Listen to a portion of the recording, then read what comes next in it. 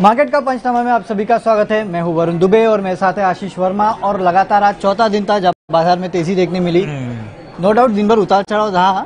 कभी कच्चा तेल 5 महीने के हाई पे, कभी रुपया कल जो छुट्टी थी उसके बाद जब खुला तो डराने लगा था। लेकिन बुल्स की ग्रिप अभी भी है। जो लिक्विडिटी फ्लोज है उनके सामने सब कुछ फेल है। और इसके लिए हमने देखा आज निफ्टी 10,700 के ऊपर और सेंसेक्स 11,000 वो 10 छुट्टा नहीं है ना 10 और सेंसेक्स जो है 39,000 के ऊपर पहले बार हाईएस्ट लेवल पे क्लोजिंग दी है सेंसेक्स में। तो good trading session, momentum intact. ये पहले भी बातचीत हो चुकी है। लेसन लर्न होना चाहिए आपके लिए कि एक बाय ऑन डिप्स का मार्केट है। पिछले कई दिनों से हम लोग कह रहे हैं कि हाईस के आसपास आके वो नर्वसिया जाने का मार्केट का हमेशा रहेगा। अगर एक फ्लो में नहीं निकले हम इन लेवल्स के आसपास कंसोलिडेशन, वीकनेस। तो एक जो ट्रेंडिंग मार्केट था, ट्रेंडिंग मतलब दिन में कहीं भी खरीदा ऊपर ही बंद होता था, दिन के हाईस पे आपको कमाई हो जाती थी, वो इजी मार्केट जा चुका है। हमने कहा था इजी मनी बनाना थोड़ा मुश्किल है। अब वो ट्रेंडिंग मार्केट है थोड़ा सा कंसोलिडेशन के जोन में, एक ट्रेडिंग मार्केट कह लीजिए आप इस समय ये है। क्योंकि आप देख रहे होंगे दिन भर अगर आपने कहीं भी नीचे खरीदा होता तो मार्केट ने आपको ड्यूली रिवॉर्ड करा। पर ये जरूर है कि आपकी एपेटाइट, रिस्क एपेटाइट कैसी, उस पर आपको डिसाइड करना है कि कितना नीचे आपको खरीदना है। तो अब वो हल्का सा गिरा तो खरीद लिया, ज्यादा गिरा तो खरीदा, लेकिन ये हमें एंट्री पॉइंट तलाशने पड़ेंगे। ये क्लियर कट होता हुआ और इंस्टीट्यूशनल फ्लोज कुछ धीमे पड़े। अब पॉजिटिव जरूर है। एक समय तो हम 3-4 हजार करोड़ रुपए की बाइंग की रोज आंकड़े की बात करते हैं तो इंस्टीट्यूशनल फ्लो ठंडे पड़े। इसीलिए भी थोड़ा सा कॉशियस रहने की जरूरत है। इसीलिए भी ऊपर की तरफ मार्केट को नहीं पकड़ना है हमें, नीचे के दिन के लोस पे या कहीं वीकनेस नजर आती है तो उनमें एंट्री पॉइंट ढूंढने। और एक कमेंट हमारी लास्ट वीक से चली रही है, आपने नोटिस करा तो, और वो एकदम सटीक है। इस समय तो बाजार के फ्लो के साथ जाना है, लेकिन मुझे अपने एंट्री पॉइंट की तलाश करनी है। तो कमेंट्री अभी भी वही है और जो फ्लोज है वो चलते आ रहे हैं और जो मोमेंटम है वो अभी भी इंटैक्ट है। तो सीधे अपन चलते हैं सवाल जवाब के सिलसिले पे, क्योंकि काफी सारे स्टॉक्स हैं जिनमें भरपूर एक्शन देखने मिला है। मिसाल के तौर पे आयशर मोटर्स, अंकुर पटेल पूछ रहे हैं आयशर मोटर्स पे व्यू क्या है। अब दसारी जी पे आप काफी बुलिश थे, अशोक लेलैंड उसके वजह से चला था, वो गए, अशोक लेलैंड गिर गया, लेकिन अब वो आयशर में आ गए। तो अब क्या आयशर चलेगा? नहीं है दसारी साहब बिल्कुल सही है कि मैं स्ट्रीट बुलिश अशोक लेलैंड पे नहीं, दसारी जी पे था। हाँ, उसके लिए स्ट्रीट बुलिश नहीं है। दसारी साहब ने प्रूफ करके दिखाया था पिछले 3-4 साल में अशोक लेलैंड का टर्न अराउंड करने वाले, कायाकल्प करने वाले दसारी साहब। राइट। कमर्शियल व्हीकल्स में तो तगड़ी पकड़ थी। अब मुझे पता नहीं, मुझे अच्छा लगा ये आयशर मोटर्स में आंकड़े तो कमजोर थे, बिक्री के आंकड़े 20% अभी भी बिक्री गिरी है। कि लाल साहब ने डिसाइड करा है कि वो हटेंगे, वो सिर्फ एमडी रहेंगे और सीईओ के तौर पे दसारी साहब होंगे। तो एक आउटसाइडर का व्यू आएगा। आयशर मोटर्स को लेके मेरी सबसे बड़ी कंसर्न है कि मैंने इतने साल, आपने इनफील्ड को देखा होगा, गाड़ियों को देखा होगा, बहुत ज्यादा चेंज नहीं हुआ है। जो था उससे इनफील्ड है। अब अगर आपको बहुत पसंद आती है, फैनेटिक हैं उसके, तो आज जो तब भी पसंद आती थी और उसके ओल्ड क्लब मेंबर्स जो पसंद आते होगी, ये मास अपील वाली पहली चीज नहीं थी। दूसरा, नॉट नेसेसरली मुझे और आपको पसंद आती है तो हमारे जो नेक्स्ट जनरेशन उसको भी ये उतनी पसंद आने वाली है। उसके पास 10 विकल्प हैं। तो मुझे लगता है मेरे लिए इफ्स एंड बट्स हैं सब धंधे को लेकर। क्या दसारी साहब ये सब ऑब्जर्व करेंगे? दसारी साहब किस हद तक बदल पाएंगे? क्योंकि लाल साहब का तो हमें मुझे पता है पैशन, आप लोगों को भी पता होगा, रॉयल एनफील्ड के लिए, इनफील्ड बुलेट्स के लिए, गाड़ियों के लिए, 350 सीसीज के लिए बहुत ज्यादा था। वो पैशन के बियॉन्ड जाने की जरूरत है। डाइवर्सिफाई करना है, पब्लिक डिमांड को मीट करना है, जो जिस तरह से चेंजिंग लैंडस्केप से मुझे उसको एड्रेस करना है। तो क्योंकि Eicher Motors is all about royal Enfield right now. तो देखना होगा दसारी साहब किस तरह से। मैं बहुत ज्यादा बुलिश अभी नहीं हूँ। अब कोई जल्दबाजी नहीं है, 5% छूट जाएगा उसके बाद एंट्री करूंगा, कोई नहीं दिक्कत नहीं। अभी तो मुझे लगता है आज खबर आ गई, बहुत पिटा हुआ था तो चल गया। अभी मुझे लगता है इवेंचुअली, क्योंकि मैंने जो कंसर्न्स हाईलाइट करी बहुत वैलिड कंसर्न्स मेरे लिए, अगर मेरे को पोर्टफोलियो होल्डिंग बनाना है आयशर मोटर्स तो मैं अभी थोड़ा सा रुकूंगा पेशेंटली। तो और एक ऑटो स्टॉक जो है टाटा मोटर्स, ये 2 दिन से ऑन फायर है। हुआ क्या ऐसा इस स्टॉक में? अच्छा, ये हम बातचीत भी कर रहे थे, कल भी अपन बोल रहे थे ना, कितनी बार बात करी हमने कि वो 141 का पैनिक बॉटम है। पैनिक बॉटम कब बना था? जब Q3 के नंबर्स आए थे और जब वो 26,000 करोड़ का इम्पेयरमेंट वही ढूंढ रहा था मैं, इम्पेयरमेंट आया। ये सब हमने बात करी थी और हमने कहा था कि कैसे वो एब्जॉर्ब कर रहा है सप्लाई को, उसने जिस तरह की बाइंग हुई है कंसोलिडेट कर रहा है। और इसी प्लेटफॉर्म पे इसी पिछले हफ्ते ही हमने कहा था 200 के पार जाने की तैयारी हो रही है। आज देख लीजिएगा क्लोज में खड़ा हुआ है, वो क्लियर कट दिखा रहा है कि और ये मैं अभी भी मानता हूँ टाटा मोटर्स को होल्ड करने का है, कोई जल्दबाजी नहीं करने का है। अब ये क्यों हो रहा है?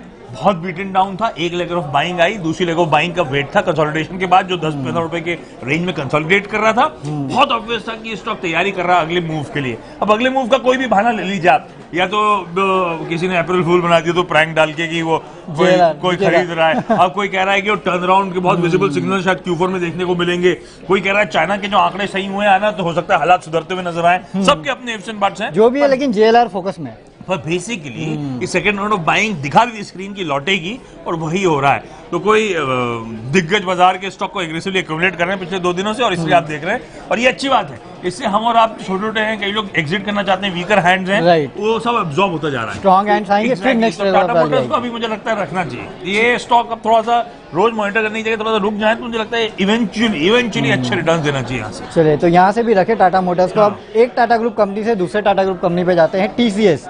मनोज बजाज पूछ रहे TCS का फ्यूचर क्वेश्चन मार्क। ब्राइट है अच्छा, ऑफ हाई ट्रेड कर रहा है TCS। आज क्या मोमेंटम आया है, तो ये रिजल्ट से पहले की बाइंग है और कुछ नहीं। ओके, प्योरली रिजल्ट से पहले की बाइंग है। और कल हम लोग जब बातचीत कर रहे थे तो मैंने आपसे कहा था बैंक्स थक रहे हैं, तो आप देख रहे होंगे IT ऑटोज जो लेगार्ड पॉकेट्स हैं उनमें कुछ बाइंग इमर्ज हो रही है, और ये पॉकेट को रडार पे रखें। देखिए लाइकवाइज वही प्ले हो रहा है। ऑटोज हम लोग आपसे कितनी बार कह चुके थे कि आप बेचना नहीं है, टाइम वाइज करेक्शन है, भाव वाइज खत्म हो रहा है, और अब देखिए किस तरह से रिकवरी शुरू हो रही है ऑटो स्टॉक्स में। तो बिल्कुल सटीक है, बिल्कुल उस लॉजिक से चलते रहे, ऑटोज को बिल्कुल दूर ना रखें, जैसे टाटा मोटर्स का व्यू था अक्रॉस ऑटो। और जहां तक IT की बात है, रिजल्ट से पहले की ये बाइंग है, ये तमाम स्टॉक्स री-रेट हुए थे। आपको याद होगा जब टाटा मोटर्स का बायबैक आया था तो बायबैक 2100 का था, उसके बियॉन्ड स्टॉक चला गया था, इस तरह की तेजी आई थी। TCS अब कुछ कूल ऑफ होता हुआ आपको नजर आ रहा है। मुझे लगता है ये स्टॉक इवेंचुअली, और खासतौर पे TCS तो यहाँ डेवलपमेंट मेंटेनेंस, जो ब्रेड एंड बटर धंधा जो होता था, सस्ते में करो, आदमी लगाओ, उतना सस्ते में करो, अब उस धंधों से इवॉल्व कर रहे हैं नए बिजनेसेस में। जो कंपनी सक्सेसफुल होंगी वो री-रेट होना शुरू होंगी, और TCS पे भरोसा उसके हाथ से ज्यादा है। चलिए, तो एक IT कंपनी TCS पे भरोसा है। आप कह रहे हैं कि रिजल्ट के पहले की बाइंग है, लेकिन साइंट ने तो डरा दिया। उसने तो Q4 का जो अपडेट दिया है वो इतना खतरनाक दिया कि स्टॉक आज 11-12% टूट गया। खतरनाक से ज्यादा ना बाजार डिसअपॉइंट हो रहा है। ओके, है तो $5 मिलियन का, if I am not mistaken, कि वो एक क्लाइंट से जो रेवेन्यूज आने थे वो टल गए। ओके, तो इस क्वार्टर में वो लोग एप्लीकेशन, इनका जो वर्टिकल है DLM, डिजाइन लेड मैन्युफैक्चरिंग कहते हैं उसको। ऋषिकेश सिंह का ये क्वेश्चन भी है, तो वो भी बता। डिजाइन लेड मैन्युफैक्चरिंग वर्टिकल है ना, उसमें ये $5 मिलियन का क्लाइंट आना था, वो थोड़ा डिले हो गया है। वो क्लाइंट के एंड पे कोई रेगुलेटरी इश्यूज है, इसीलिए वो डिले हुआ, एक स्पेसिफिकली कंपनी का कहना। तो पहली बात ध्यान रखें, ये company specific, client specific issue है, इसको पूरे IT के लिए ब्रश से प्रिंट ना करें, पहली चीज क्लैरिटी। अब साइंट को लेकर डिसअपॉइंटमेंट तो है, क्योंकि जब IT हम लोग लाइफ हाइज अच्छी मजबूती दिखा रहे हैं, स्टॉक वापस अब मोमेंटम टूल पकड़ रहे हैं, साइंट 52 हफ्तों के लोज पे जाके खड़ा हुआ है, राइट, ऐसे बाजार में। तो डिसअपॉइंटमेंट है सर। तो अभी मैं थोड़ा सा रुकूंगा फ्रेश एंट्री के लिए, और पोर्टफोलियो में है तो अब मैं आज के 10-11% के बाद पैनिक सेलिंग तो नहीं करूंगा। ओके, तो रखे रहे। अगर पोर्टफोलियो में है तो रखे रहे, नई एंट्री ना ले, अभी फ्रेश एंट्री ना ले, अभी क्लैरिटी आने दें। और बेहतर IT कंपनीज के पीयर इतना अच्छा परफॉर्म कर रहे हैं। हेक्सावेयर आज हमने हाईलाइट करा था कि किस तरह से वैल्यूएशंस करेक्ट हो चुके हैं। 24-25 के मल्टीपल चलने वाला हेक्सावेयर आज 13 के मल्टीपल पे ट्रेड कर रहा है। ओके, तो मुझे, और ग्रोथ वापस लौट रही है, मैनेजमेंट कमेंट्री स्ट्रांग है, मुझे लगता है बेहतर विकल्प है इसमें, जहाँ क्लैरिटी ज्यादा है। हो सकता है इसमें वो अल्फा ज्यादा और रिटर्न ज्यादा मिल जाए, लेकिन रिस्क लेने की जरूरत नहीं। चलिए ठीक है। और एक सेक्टर जो आज फोकस में था वो था पावर सेक्टर। भार्गव मधानी RX ये टाटा पावर पे व्यू पूछे कि 12,000 शेयर लेके बैठे हैं 76 के रेट पे। वो जो सर्कुलर था RBI का फेब 12 का, उसमें ऐसा पावर सेक्टर, मतलब स्पेसिफिक जो स्ट्रेस कंपनीज है उनके लिए था। JSW एनर्जी में कहाँ स्ट्रेस है, अडानी पावर में कहाँ इतना स्ट्रेस है, पावर ग्रिड में कहाँ स्ट्रेस है, लेकिन ये सारे स्टॉक चले आज। सेंटिमेंट नहीं, सेंटिमेंट नहीं, दिक्कत सबके लिए थी ना। अब लॉजिक समझिए, इन लोग का पॉइंट तो ठीक था। हालांकि RBI भी इस देश में क्रेडिट कल्चर को सुधारने की कोशिश कर रही है। ओके, तो कोशिश कर रही है कि सब लोग सुधरें, समय पे पेमेंट करें, वो कल्चर सुधारने की कोशिश थी, पर इतना स्ट्रिक्ट नहीं हो सकता। वो सर्कुलर फरवरी 12 इतना फेमस हो गया, वो सर्कुलर डेट के नाम से याद है। अब वो फरवरी 12 का सर्कुलर ये कहता है कि अगर एक दिन मैंने डिले कर दिया पेमेंट, आज भुगतान करना था, ब्याज का मान लीजिए नहीं करा, कल कर पाया तो NPA हो गया भाई साहब। बैंक की कमेटी बैठेगी, ये रिस्ट्रक्चरिंग होगी लोन की, और 100% बैंकर्स अप्रूव करेंगे तो रिस्ट्रक्चर होगा, नहीं तो 180 दिन में चली जाएगा। मतलब बहुत कड़े नियम थे, जरूरत से ज्यादा कड़े थे। पर मैं ये नहीं मानता था सुप्रीम कोर्ट किसी रेगुलेटर का जो ऑर्डर है उसको अनकॉन्स्टिट्यूशनल कहते हैं, कॉन्स्टिट्यूशनली इशू बनाते हैं उसके लिए, तो ये इशू तो है। अब आरबीआई क्या करेगा, आरबीआई में से रूल्स को थोड़ा बेंड करेगा। 100% बैंक की 66%, पर ये है तो पावर कंपनी की अच्छी बात कि इनके फ्लोज, अरे किसी भी रीजन से, मान लीजिए स्टेट गवर्नमेंट से डील करती हैं सारी पावर कंपनी पीएसबी से, अब पीएसबी लेट आया, वहाँ तो थोड़ा सा लॉजिक गड़बड़ा गया था।